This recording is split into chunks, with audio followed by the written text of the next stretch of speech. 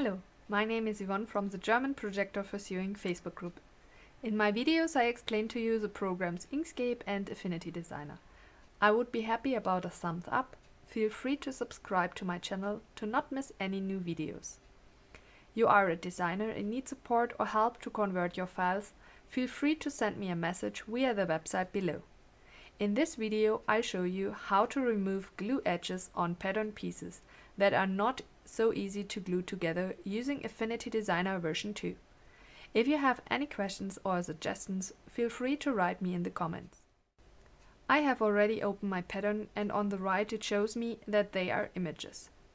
Images cannot be split into individual lines or objects. The problem here is that when you want to put these parts together, it put one page over the other and the lower page is no longer visible. So it's like you just put two sheets of paper on top of each other. I have already aligned the grain line so the edge of the sheet looks a little bit crooked. If you want to know how to adjust the grain line, please go to the corresponding video. Now there are two options. The first option is quicker, but in the end it's not the best result. I recommend it only if you want to repaint the pattern or just for a test cut. Here you change the opacity of an image. You go, for example, to 80%. Then I can recognize the lower line of our paper, but the lines become weaker and sometimes it is no longer sufficient for projecting. You can say you make the paper more transparent. I put it back to 100. I show you another option.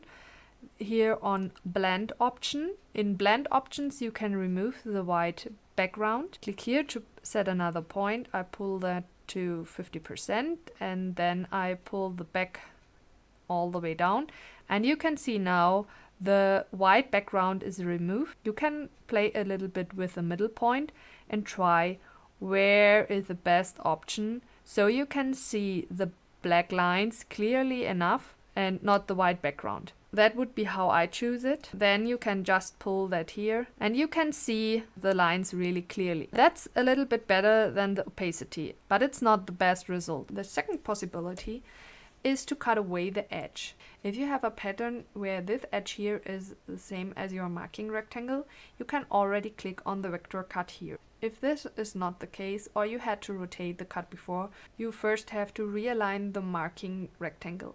To do this, right-click on the object and say Rasterize. It will now set the selection rectangle straight. Now you can click here on the vector crop. Now pull the marking frame down until this adhesive edge is gone. The edge is now cut away and you can reposition the cut part up here. Now you have joined the two cut parts. You can also cut away the glued edge here, but you don't have to do.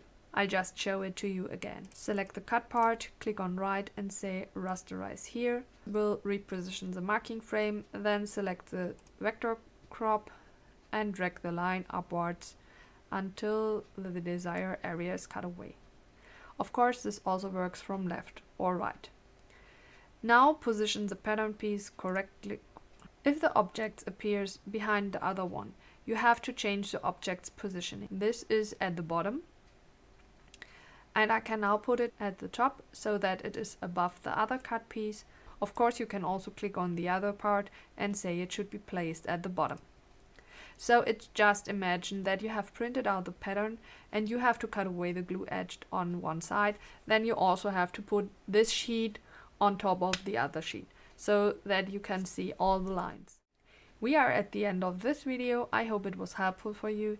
You can find more videos about Affinity Designer on my channel.